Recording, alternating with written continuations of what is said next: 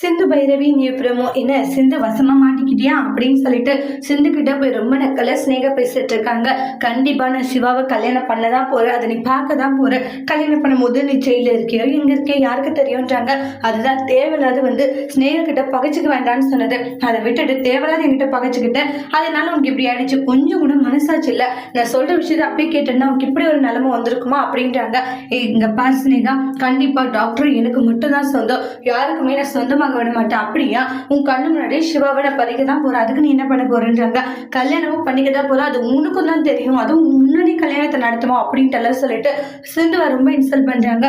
சிந்து இருந்துட்டு பாரு, என்னை ஜெயிலுக்கு அனுப்பிட்டதுக்காக நீ நினைச்சது நடக்க நினைக்காது. வெளியே என்னுடைய அத்தை அன்னபூரணி அத்தை இருக்காங்க, அவங்க இருக்கிற வரைக்கும் என்னால ஒண்ணும் பண்ண முடியாது. அப்படியா?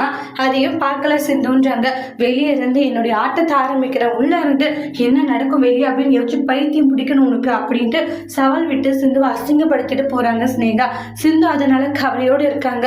கடவுளே, என்ன பண்றது ஒண்ணுமே புரியலையே, என்னைக்குமே டாக்டர் எனக்கு மட்டும்தான், நீதான் எனக்கு துணையா இருக்கணும்ட்டு சிந்து ஃபீல் பண்ணிட்டு இருக்காங்க.